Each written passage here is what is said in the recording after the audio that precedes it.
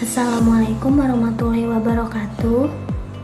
Perkenalkan, nama saya Hilda Nur Almaidasari dari kelas MJ220 mata kuliah Pasar dan Lembaga Keuangan. Yang terhormat Bapak Joko Suharyanto, SEMM CPOD, beserta teman-teman semua yang saya banggakan. Di sini saya akan mempresentasikan hasil tugas saya, yaitu mengenai maraknya pinjaman online saat ini di kalangan masyarakat, bahkan sampai kalangan mahasiswa. Dengan adanya fenomena maraknya pinjaman online saat ini, itu sangat menarik untuk dibahas karena dampaknya sangat begitu luas. Tidak hanya mengikat masyarakat sekitar, tetapi juga sudah merambah ke kalangan masyarakat.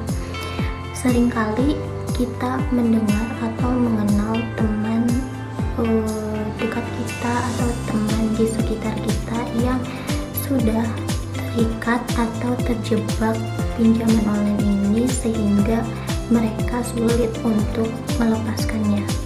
Pinjaman online ini atau bisa disebut dengan pinjol itu seringkali membuat seseorang yang sudah terjebak ke dalam lingkaran pinjaman tersebut menjadi ketergantungan dan mengakibatkan kecanduan akan melakukan pinjaman online tersebut. Mengapa seseorang atau konsumen yang menggunakan pinjaman online tersebut merasakan ketergantungan? Karena salah satunya adalah adanya kemudahan akses dalam melakukan pinjaman online tersebut. Akses pinjaman online yang mudah itu salah satu daya tarik bagi masyarakat untuk melakukan pinjaman secara online. Karena apa? Karena persyaratan dan ketentuannya yang sangat mudah, yaitu cukup untuk mendaftarkan foto KTP dan juga foto diri, lalu dana yang dibutuhkan bisa langsung cair dalam hitungan menit dan sangat cepat. Apalagi untuk pinjaman online ini tidak memerlukan jaminan atau persyaratan khusus yang rumit seperti ketika kita meminjam kepada bank konvensional pada umumnya. Tapi di balik kemudahan itu, beberapa pinjaman online juga ada yang memberikan bunga yang sangat tinggi, sehingga hal-hal tersebut bisa membuat banyak orang, bahkan mahasiswa yang terjebak pada pinjaman online tersebut, memiliki pinjaman yang semakin membesar sehingga sulit untuk dilunasi. Hal ini akibatnya akan berdampak buruk bagi diri mereka sendiri.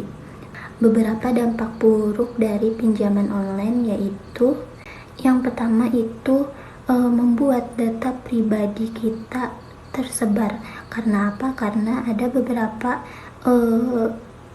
pinjaman online yang menagihnya itu dengan cara intimidasi, bahkan menyebarkan data pribadi jika kita tidak melunasi pinjaman online tersebut. Yang kedua, membuat beban keuangan itu semakin berat untuk diri sendiri. Yang ketiga itu menjalani hidup itu merasa tidak tenang dan merasa tidak aman karena memiliki tanggung jawab untuk melunasi pinjaman tersebut. Produktivitas diri kita juga bisa semakin menurun. Selain itu juga yang lebih penting itu nama dan reputasi kita di kalangan masyarakat itu bisa dipandang negatif karena diri kita dikenal sebagai seseorang yang mudah meminjam dan tidak mudah untuk melunasi, sehingga kita bisa dilihat sebagai orang yang tidak pandai dalam mengelola keuangan sehingga dipandang negatif. Maka dari itu, untuk menangani maraknya pinjaman online ini diperlukan beberapa peran dari berbagai pihak, yaitu seperti pemerintah, konsumen itu sendiri, bahkan mahasiswa sebagai agen perubahan untuk menangani pinjaman online ini. Berikut pendapat saya untuk masing-masing peran dari beberapa pihak tersebut. Yang pertama itu ada pada peran pemerintah. Apa sih yang harus dilakukan oleh pemerintah? Pemerintah ini memiliki peran dan tanggung jawab yang sangat besar dalam menangani atau mengawasi pinjaman online ini, yaitu seperti dalam hal regulasi dan juga pengawasan. Berikut beberapa peran yang bisa dilakukan pemerintah dalam menangani maraknya pinjaman online. Seperti yang sudah dijelaskan bahwa pinjaman online ini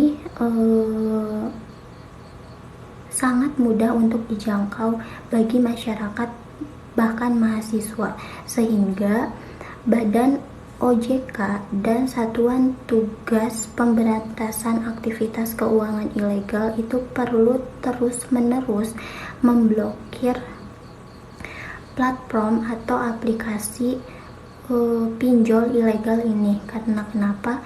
Karena platform atau aplikasi ilegal ini masih sering bermunculan dengan nama dan bentuk yang baru, sehingga badan-badan tertentu harus terus-menerus secara konsisten untuk memblokir platform tersebut. Peran berikutnya yaitu pemerintah bisa melakukan edukasi perihal keuangan. Pemerintah bisa melakukan sosialisasi mengenai bahaya pinjol atau mengenai pentingnya mempunyai rancangan keuangan yang sehat. Selain pinjol ilegal, pemerintah juga bisa mengawasi pinjaman online yang legal, yaitu dengan cara pemerintah bisa menetapkan batas maksimal bunga atau denda yang wajar untuk dibayarkan oleh konsumen yang menggunakan pinjaman online tersebut. Dan juga pemerintah harus memastikan mekanisme penagihan pinjaman online tersebut bisa dilakukan secara etis.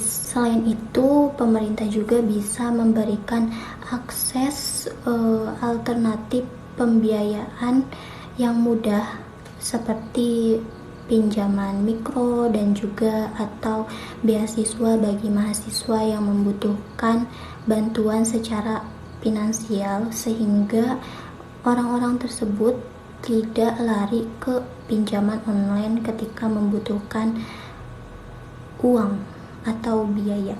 Yang kedua yaitu peran dari konsumen. Apa sih yang harus dilakukan oleh konsumen dalam menangani maraknya pinjaman online saat ini?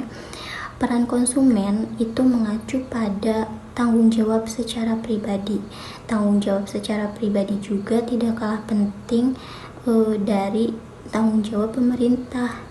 Karena apa? Tanggung jawab pribadi itu sangat penting karena segala keputusan untuk melakukan pinjaman online ini ada pada diri pribadi seseorang. Berikut beberapa hal yang bisa dilakukan oleh konsumen dalam menangani pinjaman online. Yang pertama itu belajar untuk meningkatkan literasi keuangan yang baik. Dalam hal ini perlu memahami perbedaan antara kebutuhan dan keinginan, sehingga tidak mudah seseorang untuk mengeluarkan uang secara berlebihan atau bisa dibilang dengan boros, sehingga seseorang tersebut tidak mudah untuk tergoda melakukan pinjaman online hanya untuk merasa karena dirinya merasa tidak cukup dan hanya untuk memenuhi gaya hidup yang konsumtif. Dan jika memang konsumen harus mengharuskan dirinya untuk meminjam, konsumen ini harus memastikan legalitas platform yang akan dipinjamnya. Konsumen ini bisa mengecek pada situs resmi Badan OJK sehingga lebih bisa berhati-hati. Selain itu, konsumen juga harus membaca dengan baik syarat dan ketentuan ketika meminjam uang, termasuk biaya bunganya, biaya denda ketika konsumen tersebut telat membayar, dan juga resiko ketika konsumen itu tidak membayar pinjaman tersebut. Konsumen juga harus bijak dalam mengelola keuangannya. Mengelola keuangan itu bisa menggunakan beberapa banyak cara, misalnya membuat rancangan keuangan secara bulanan, atau menyimpan dana darurat untuk diri sendiri, dan juga tidak lupa untuk menabung, dan hindari yang namanya kebiasaan gali lubang tutup lubang, atau meminjam untuk membayar terus menerus, repeat seperti itu. Hindari ya teman-teman, itu tidak baik. Nah, untuk beberapa konsumen yang mungkin sudah terjerat akan atau terjebak akan pinjaman online ini, diusahakan untuk fokus dan segera melunasi pinjaman tersebut. Jangan sampai kalian itu menghindari atau meninggalkan tanggung jawab yang sudah kalian buat, seperti itu. Jadi sebagai konsumen itu harus menjadi individu yang cerdas dan kritis dalam melakukan tindakan, sebelum melakukan tindakan dan mengambil keputusan untuk meminjam uang secara online atau pinjam meminjam. Kita harus menjadi seorang yang cerdas dan kritis. Dan yang terakhir yaitu peran dari mahasiswa. Apa sih yang bisa dilakukan oleh mahasiswa sebagai agen perubahan dalam menangani maraknya pinjaman online ini? Berikut beberapa hal yang bisa dilakukan oleh mahasiswa sebagai agen perubahan dalam menangani pinjaman online ini, yaitu yang pertama, mahasiswa berperan sebagai edukator.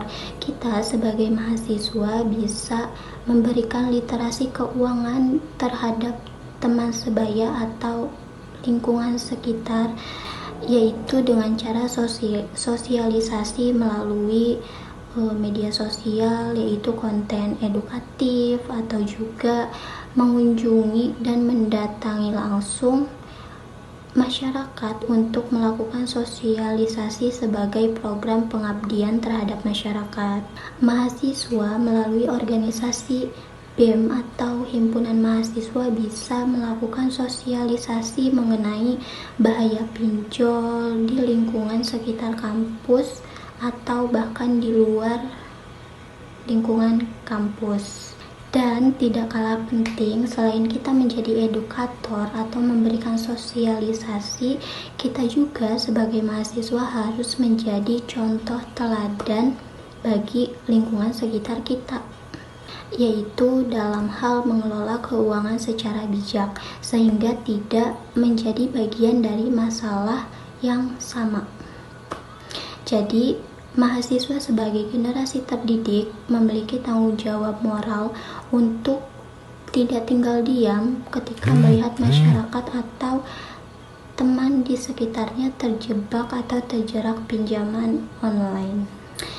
Dapat disimpulkan dari penjelasan saya bahwa menangani maraknya pinjaman online ini tidak bisa dilakukan hanya dengan satu pihak, tetapi kita perlu melibatkan beberapa pihak untuk menangani maraknya pinjaman online saat ini, yaitu pemerintah yang bertanggung jawab, konsumen yang cerdas, dan peran mahasiswa dalam agen perubahan di lingkungan masyarakat sekitar. Saya berharap melalui kesadaran bersama ini semakin sedikit masyarakat, konsumen, bahkan mahasiswa yang terjebak atau terjerat dalam lingkaran pinjaman online. Mungkin itu saja yang dapat saya sampaikan, kurang dan lebihnya mohon maaf. Terima kasih. Wassalamualaikum warahmatullahi wabarakatuh.